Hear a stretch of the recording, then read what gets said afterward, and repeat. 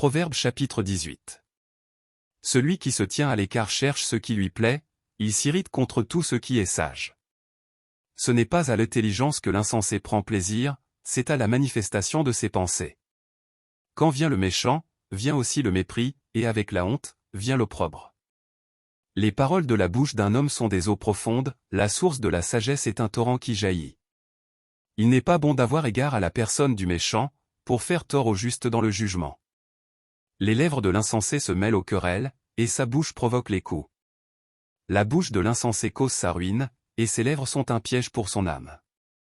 Les paroles du rapporteur sont comme des friandises, elles descendent jusqu'au fond des entrailles.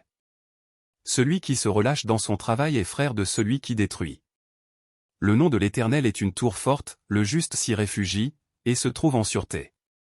La fortune est pour le riche une ville forte, dans son imagination, c'est une haute muraille. Avant la ruine, le cœur de l'homme s'élève, mais l'humilité précède la gloire. Celui qui répond avant d'avoir écouté fait un acte de folie et s'attire la confusion. L'esprit de l'homme le soutient dans la maladie, mais l'esprit abattu, qui le relèvera? Un cœur intelligent acquiert la science, et l'oreille des sages cherche la science.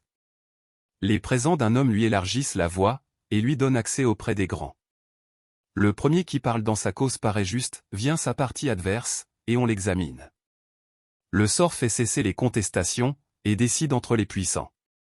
Des frères sont plus intraitables qu'une ville forte, et leurs querelles sont comme les verrous d'un palais.